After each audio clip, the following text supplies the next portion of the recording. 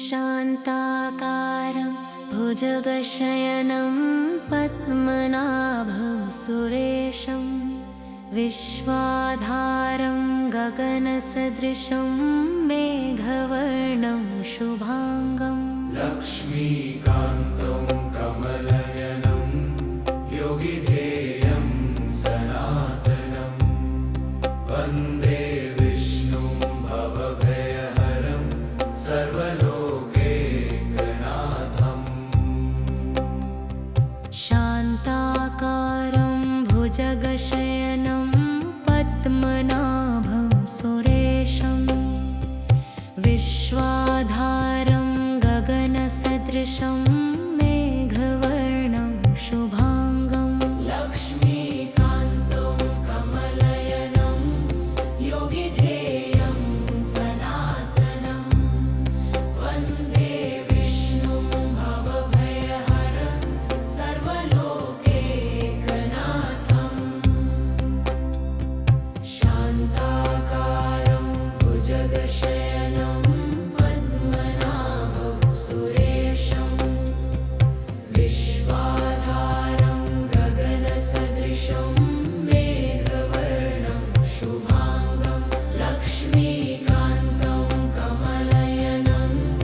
योगिधेयं सनातनं वन्दे विष्णुं भवभयहरं सर्वलोकैकनाथम्।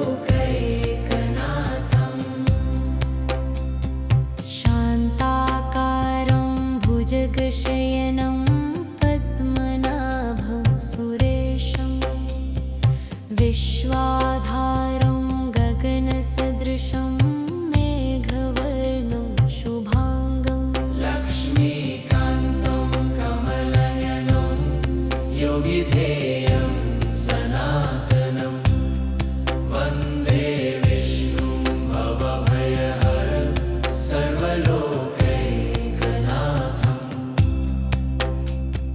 शान्ताकारं भुजगशयनं पद्मनाभं सुरेशं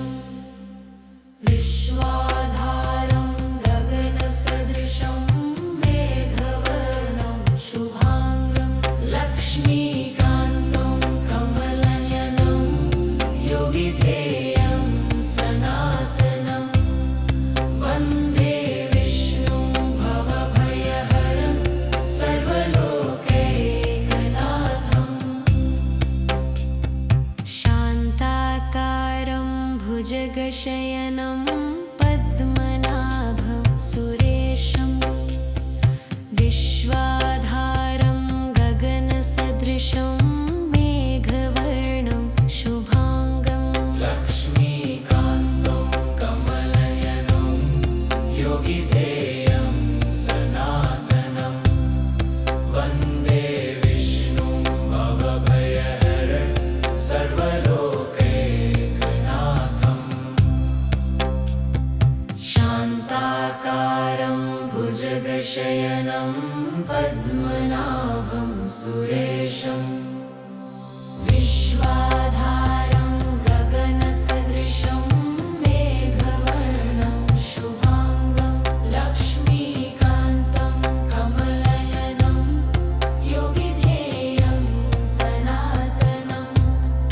वन्दे विष्णुं भवभयहरं सर्वलोकैकनाथम्। शान्ताकारं भुजगशयनं पद्मनाभं सुरेशं विश्वाधारं गगनसदृशं मेघवर्णं शुभाङ्गं लक्ष्मीकान्तं कमलनयनं योगिधेयं सनातनं वन्दे विष्णुं भवभयहरं सर्वलोकैकनाथम्। शान्ताकारं भुजगशयनं पद्मनाभं सुरेशं विश्वाधारं गगनसदृशं मेघवर्णं शुभाङ्गं लक्ष्मीकान्तं कमलनयनं योगिधेयं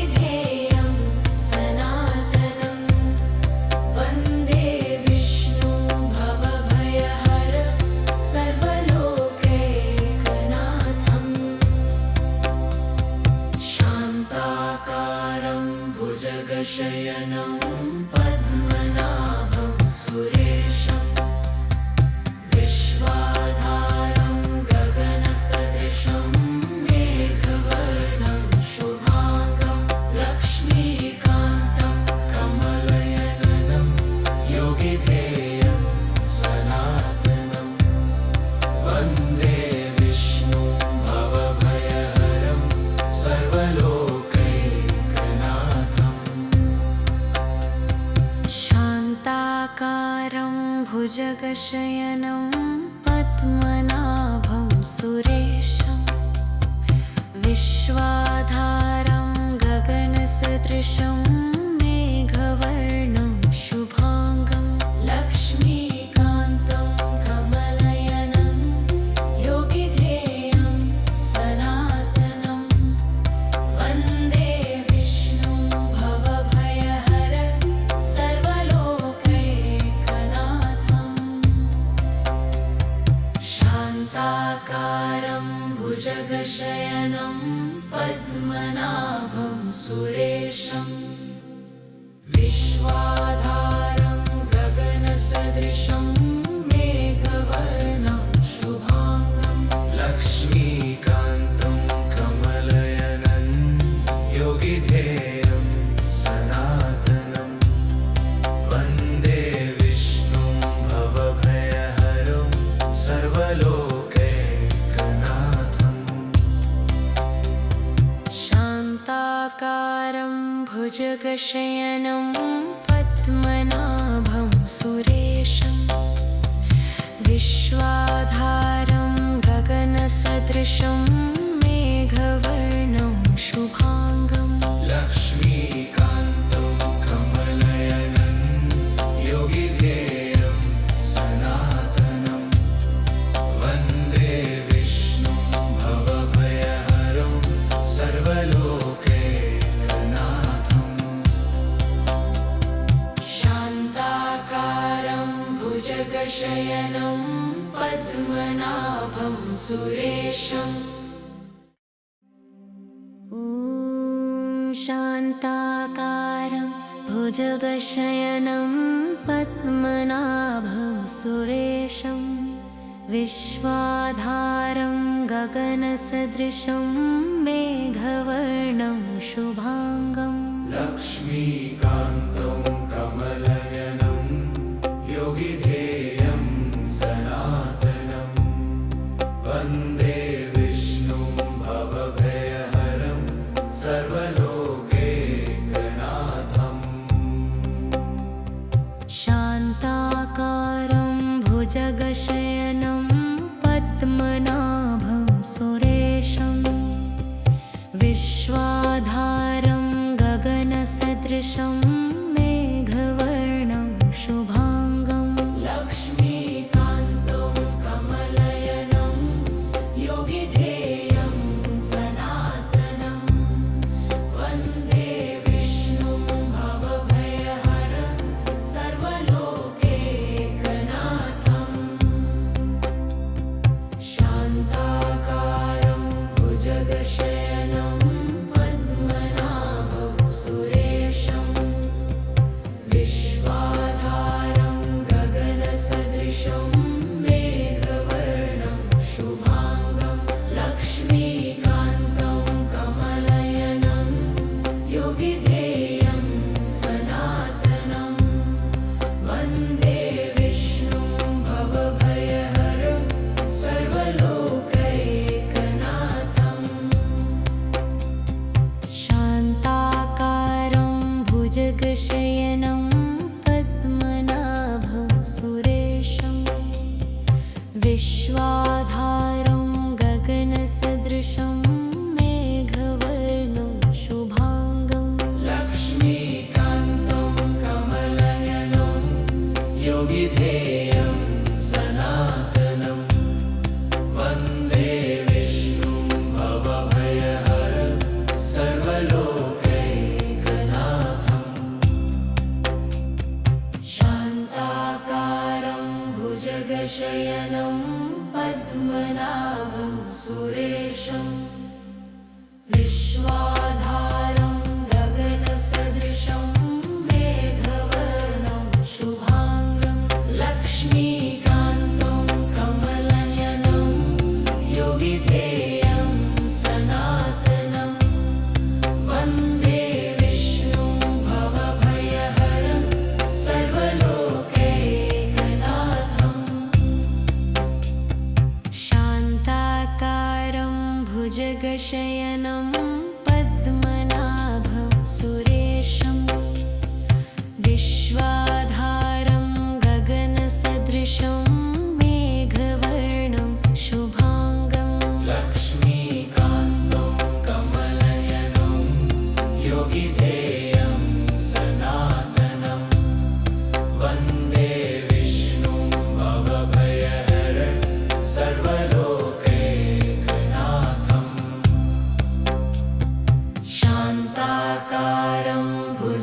भुजगशयनं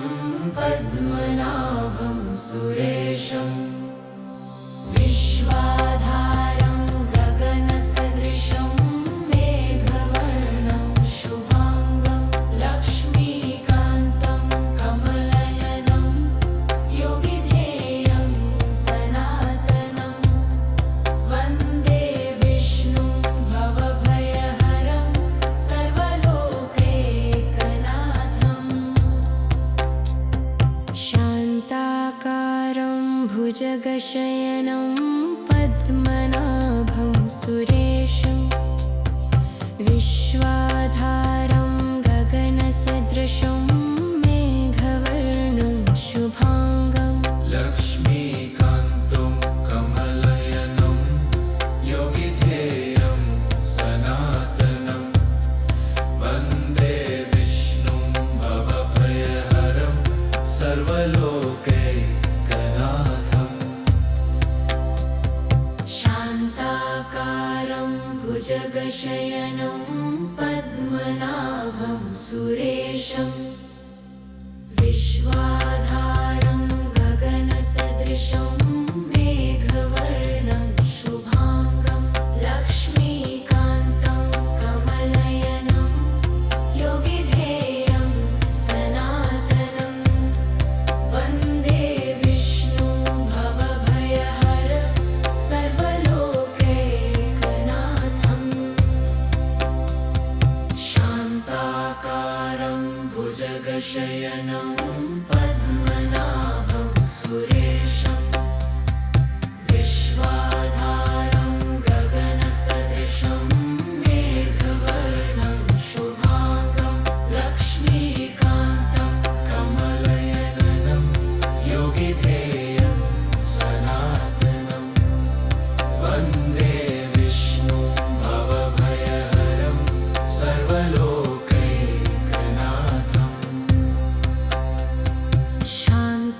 शान्ताकारं भुजगशयनं पद्मनाभं सुरेशं विश्वाधारं गगनसदृशं मेघवर्णं शुभाङ्गं लक्ष्मीकान्तं कमलनयनं योगिधेयं सनातनं वन्दे विष्णुं भवभयहरं सर्वलोकैकनाथम् शान्ताकारं भुजगशयनं पद्मनाभं सुरेशं विश्वाधारं गगनसदृशं मेघवर्णं शुभाङ्गं लक्ष्मीकान्तं कमलनयनं योगिधेयं सनातनं वन्दे विष्णुं भवभयहरं सर्वलोकैकनाथम् शान्ताकारं भुजगशयनं पद्मनाभं सुरेशं विश्वाधारं गगनसदृशं मेघवर्णं शुभाङ्गं लक्ष्मीकान्तं कमलनयनं योगिधेयं सनातनं वन्दे विष्णुं भवभयहरं सर्वलोकैकनाथम् शान्ताकारं भुजगशयनं पद्मनाभं सुरेशं ॐ शान्ताकारं भुजगशयनं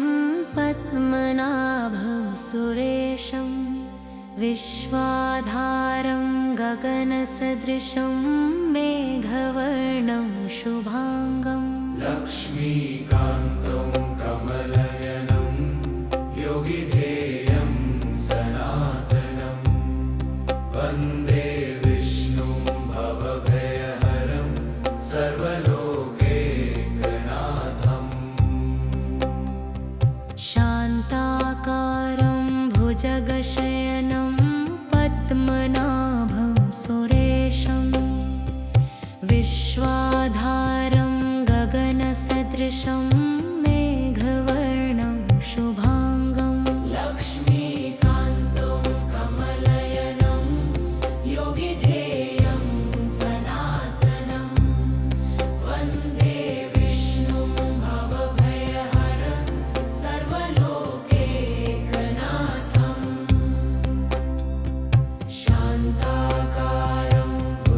भुजगशयनं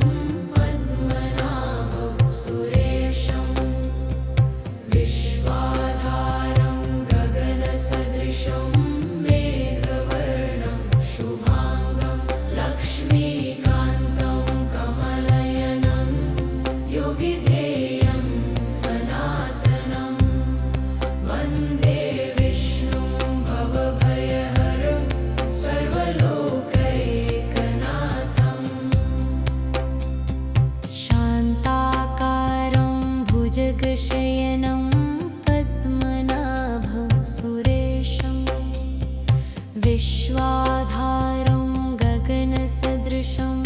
मेघवर्णं शुभाङ्गं लक्ष्मीकान्तं कमलनयनं योगिधेयं सनातनं वन्दे विष्णुं भवभयहरं सर्वलोकैकनाथम् शान्ताकारं भुजगशयनं पद्मनाभं सुरेशं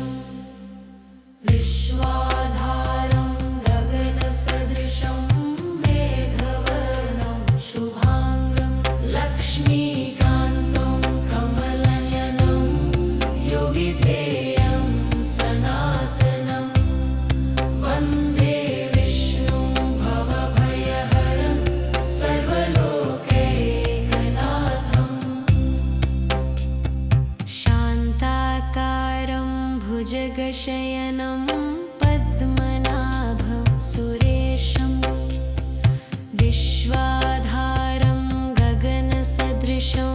मेघवर्णं शुभाङ्गं लक्ष्मीकान्तं कमलनयनं योगिधेयं सनातनं वन्दे विष्णुं भवभयहरं सर्वलोकैकनाथम् शान्ताकारं भुजगशयनं पद्मनाभं सुरेशं विश्वाधारं गगनसदृशं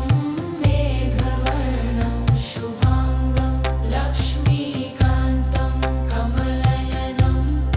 योगिधेयं सनातनं वन्दे विष्णुं भवभयहरं सर्वलोकैकनाथम् शान्ताकारं भुजगशयनं पद्मनाभं सुरेशं विश्वाधारं गगनसदृशं मेघवर्णं शुभाङ्गं लक्ष्मीकान्तं कमलनयनं योगिधेयं सनातनं वन्दे विष्णुं भवभयहरं सर्वलोकैकनाथम् शान्ताकारं भुजगशयनं पद्मनाभं सुरेशं विश्वाधारं गगनसदृशं मेघवर्णं शुभाङ्गं लक्ष्मीकान्तं कमलनयनं योगिधेयं सनातनं वन्दे विष्णुं भवभयहरं सर्वलोकैकनाथम् शान्ताकारं भुजगशयनं पद्मनाभं सुरेशं विश्वाधारं गगनसदृशं मेघवर्णं शुभाङ्गं लक्ष्मीकान्तं कमलनयनं योगिधेयं सनातनं वन्दे विष्णुं भवभयहरं सर्वलोकैकनाथम्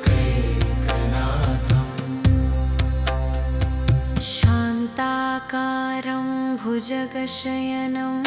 पद्मनाभं सुरेशं विश्वाधारं गगनसदृशं मेघवर्णं शुभाङ्गं लक्ष्मीकान्तं कमलनयनं योगिधेयं सनातनं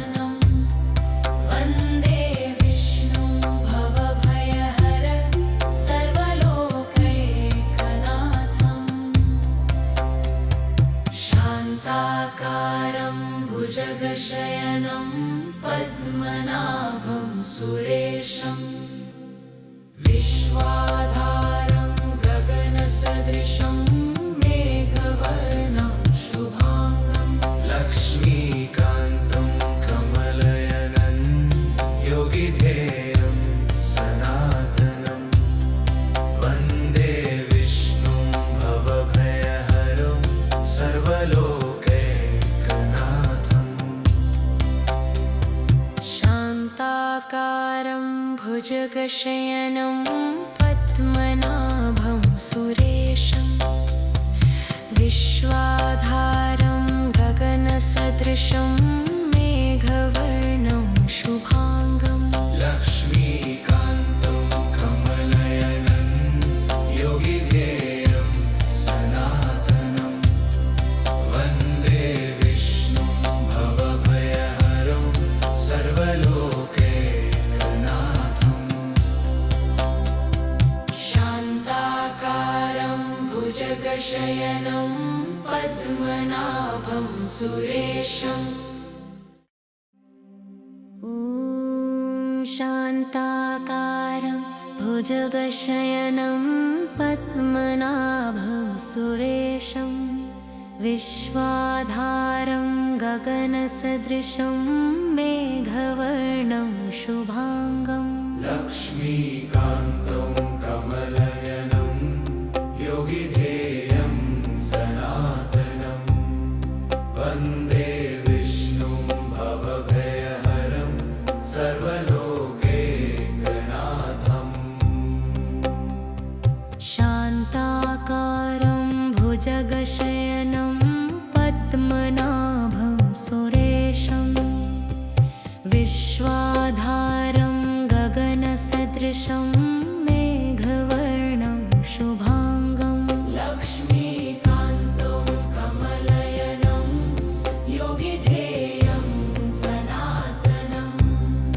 वन्दे विष्णुं भवभयहरं सर्वलोकैकनाथम्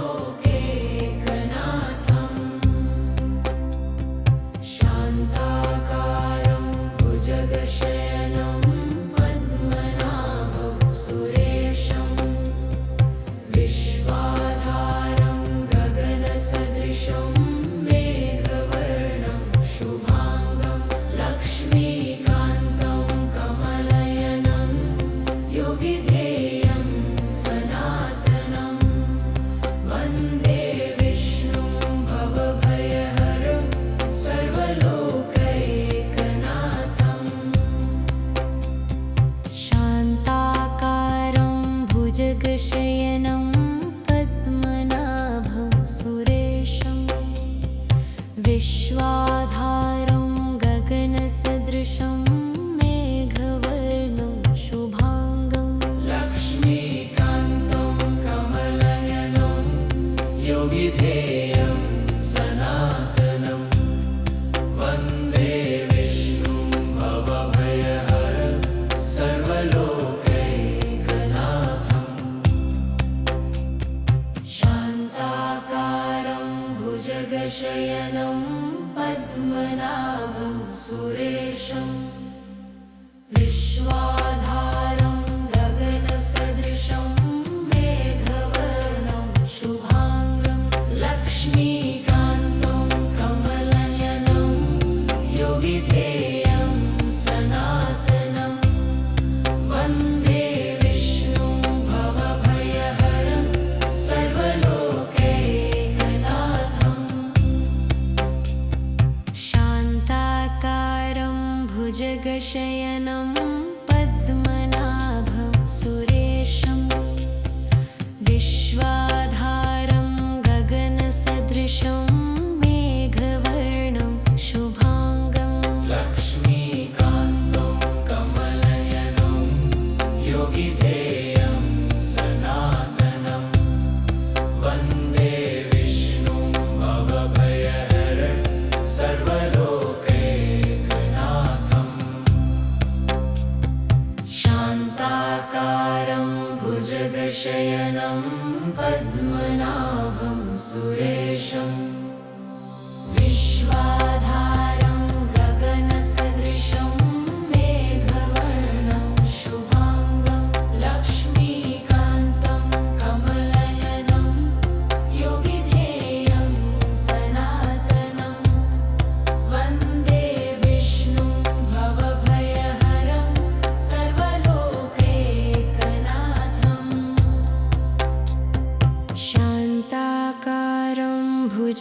भुजगशयनं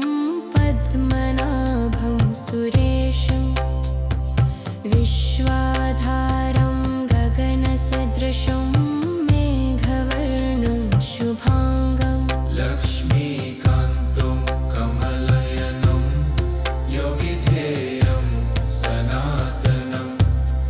वन्दे विष्णुं भवभयहरं सर्वलोकैकनाथम् शान्ताकारं भुजगशयनं पद्मनाभं सुरेशं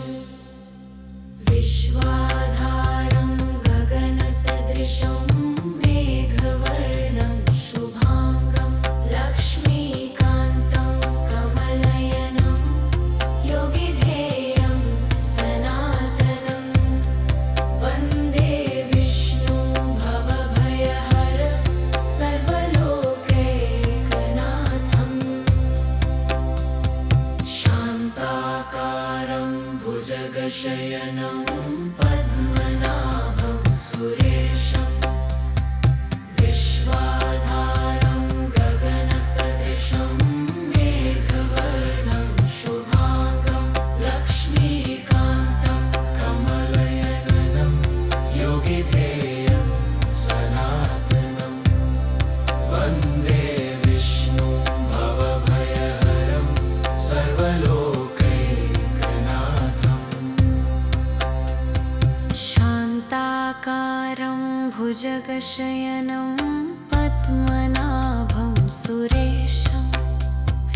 विश्वाधारं गगनसदृशं मेघवर्णं शुभाङ्गं लक्ष्मीकान्तं कमलनयनं योगिध्येयं सनातनं वन्दे विष्णुं भवभयहरं सर्वलोकैकनाथम् शान्ताकारं भुजगशयनं पद्मनाभं सुरेशं विश्वाधारं गगनसदृशं मेघवर्णं शुभाङ्गं लक्ष्मीकान्तं कमलनयनं योगिध्येयं सनातनं वन्दे विष्णुं भवभयहरं सर्वलोकैकनाथम् शान्ताकारं भुजगशयनं पद्मनाभं सुरेशं विश्वाधारं गगनसदृशं मेघवर्णं शुभाङ्गं लक्ष्मीकान्तं कमलनयनं योगिध्येयं सनातनं वन्दे विष्णुं भवभयहरं सर्वलोकैकनाथम् शान्ताकारं भुजगशयनं पद्मनाभं सुरेशं